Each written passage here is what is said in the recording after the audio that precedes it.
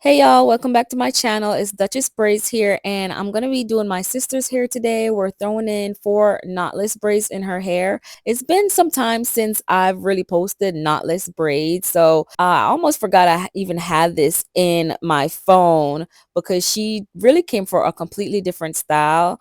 However, I told her I needed a model within a few days for a sew-in, and she was like, okay, I could do that. So we decided on just throwing 4 simple braids in her hair, and then she came back the next week. And you guys have already seen that video of the install I did in her hair, which was like the versatile sew-in. So this was done before that, just to keep something going for her hair. So of course I start off with my famous middle part. Always, you guys already know I do the middle part first, and now I'm going in and cleaning it up. So I'm using, of course, my precision comb to do that, which makes life 10 times easier. Of course, you can part without this, but the point of this comb is by far the best and always helps to make my parts go faster and just be more crisp and cleaner. If you guys are interested in purchasing that, that will be on my website at duchessbraids.com. So yeah, let's get into it. So she only wanted 4 braids. At first, we couldn't decide what 4 braids, like did she want Nipsey Hussle 4 braids? You guys should know how that, that kind of looks, or she wanted just straight back. Or so we decided on just coming from a point, which is right where I started that part at, and we're parting at an angle in two, like cutting that half in two, and that's how we're gonna braid it. And it turns out really nice, so stay tuned to see how it looks and how it turns out. I went ahead and now I'm just kind of cleaning these parts up for you guys. And as you can tell, I put the product on first, and then I go in with the comb and just clean it up. And as I'm doing that, I'm going back and forth to make sure that the part is equal to the one on the left is equal, the amount of space is equal to the one on the right. So the one on the left, one on the right, is it the same amount of space? Because you don't want a super huge braid, or you don't want the parts to be just one small part, one big part. So yeah, you really have to pay attention to that when you're doing this style. Everything just kind of have to be proportional. That's my favorite word. Y'all already know. Proportional is just a big deal for me, and that makes or breaks a style. So now I'm going in with the jam, and I'm not sure which jam I'm using today, but you guys already know I either use Shine and Jam, I use Lock In, and I think this is a different one, but yeah, Lock In and this one is pretty much the same, so I would just recommend that. And if I'm using the Shine and Jam, I'm either using the red one or I'm using the orange one.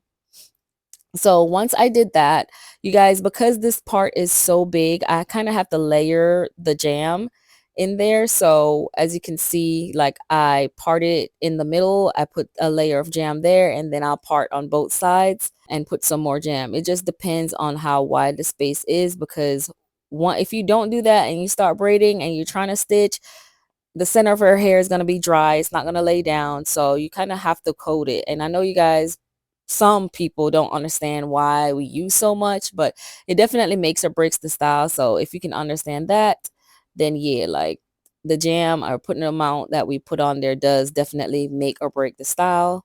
And so now I'm going in and I'm just stitch braiding, and I'm adding the hair as I go. You guys already know the gist of it if you're used to my channel. We're just stitching, and I don't know, y'all. It's like over time, my stitches are just, it hasn't been stitching how it used to stitch. So maybe it's the nails. The nails are a little long today, and I don't know. But we're just throwing something in there. So I'm not being too particular. She's only going to have this in for a few days. So yeah.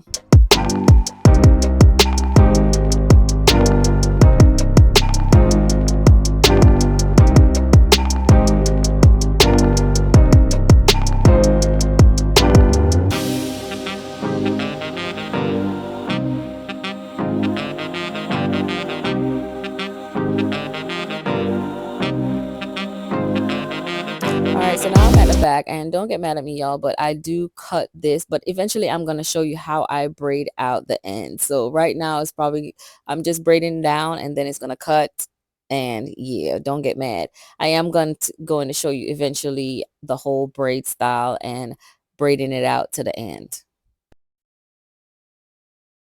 All right, so as you can see, I coated coated one side, the other side, and now I'm going down the middle and I'm coating the middle. And then if I still feel like there is a lot of hair in between the middles, I'm gonna part again and I'm gonna coat that side, and then I'm gonna go on the other side and I'm gonna coat that. So pretty much that is how I get the hair to lay down and be sleek, is by coating it. So you guys can't be scared of the jam. It definitely makes or breaks the style, period. So if you don't want to use as much, that is your prerogative, but this is how I do it, and it typically, lasts longer and just looks better at the end.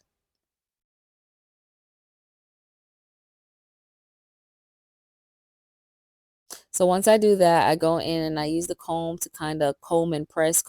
As you can see, I'm combing through the hair, through the scalp, and then I'm pressing it down with my finger to kind of mold it into the shape and mold it where I want it to go. So wherever I want the braid to go and line up, that's what I'm pretty much doing, is molding on each side. So once I do that, now I have a guideline of where I want the braids to go. So now I'm braiding it in. I'm grabbing the hair as I go and I'm just adding it in there. So when I'm putting in the feed-in braids, I am sliding it in between my thumb and my pointer, and then I just continue to go. There's so many different ways to feed hair in that I've seen braiders do, which, every way, it just is how you braid. Not everyone braids the same way. This is how I braid, and it just makes it easier for me to slide it in that way and keep going. But there is plenty of different ways you can do it. No way is the right or wrong way. As long as you have the same results at the end of the day, no way is better than the other. Now I'm at the back, and once you get to the back is when I start adding in thicker hair, because I definitely don't want the end of the braid to be super skinny. Just kind of want it to still be as full. As you can see from the first braid that I did, it is still super full, but if you don't add in enough hair at the back, it could go from being thick to super duper skinny, and that's not what we want. So we want since it's like hair that kind of thins out at the end, we kind of want it to thin out at the end, like this end right here.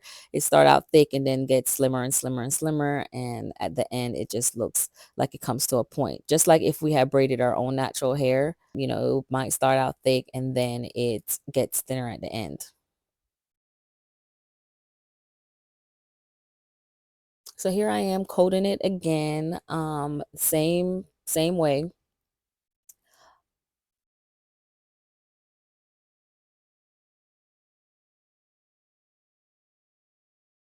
Then I'm molding it to where I want the braid to go. And for this, you do want to look on both sides to ensure that you're placing this braid along the same lines as the other one, so that everything is proportional.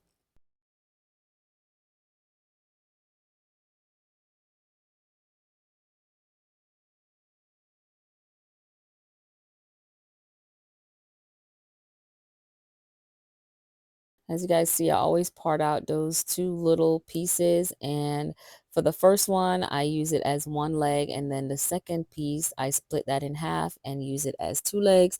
I braid down a little bit some, and then I start to add the hair. And as you can see, I have my hair rack set up right there. And I no longer share the hair out like I used to. I just kind of know what I want and I pick it off a bundle. So this saves me so much time, and this is just comes with experience, guys. I wouldn't recommend doing this right out the bat, learning how to braid. I just say this definitely comes with experience, knowing how much hair I need, being able to pick it off of a bundle and just putting it in there. It saves a tremendous amount of time for me, I think, in my brain. However, I do know if I had maybe preset it out, maybe I would have been faster. However, when you preset it out, like, you might need smaller pieces than you're grabbing, or you might need bigger pieces than you're grabbing, and now you just kind of messed up your braid because you preset it. While if I'm pulling it as I go, I know exactly how much I need, and typically that's the amount that of one leg or so. It just depends on where I'm at in the braid. Definitely when I get to the back of the braid is when I really start adding thicker amounts of hair at the top. It's just my judgment. So that's hard to teach, but it's typically my judgment of how much hair I need until I get to the back. Then it's like, okay, maybe I'll put in as much as one leg is, or the size of one leg. I add that in there and just keep going.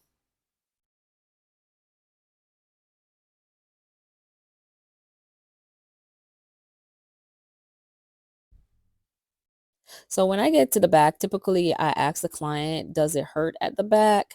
And do I need to pull the hair out? Some people, it does not hurt. As you can see, it looks like it's tugging on her nape, and that might be a little painful to see for some people because their nape is super sensitive, but for her, it's not. So it just depends on how you take this type of style. So for her, she did not want me to kind of pull the back out. But some clients definitely ask for you to kind of loosen up the back.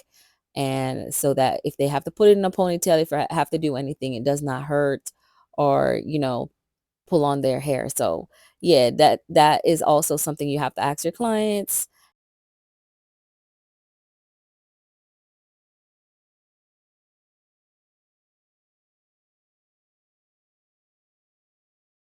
And here's the finished look, you guys. Let me know in the comments what you think.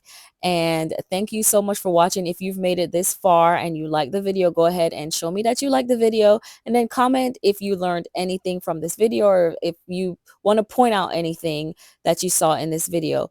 Also, I'm doing the giveaways, guys. So if you want to be a part of my hairstyle giveaway, go ahead and join my email list at duchessbraids.com.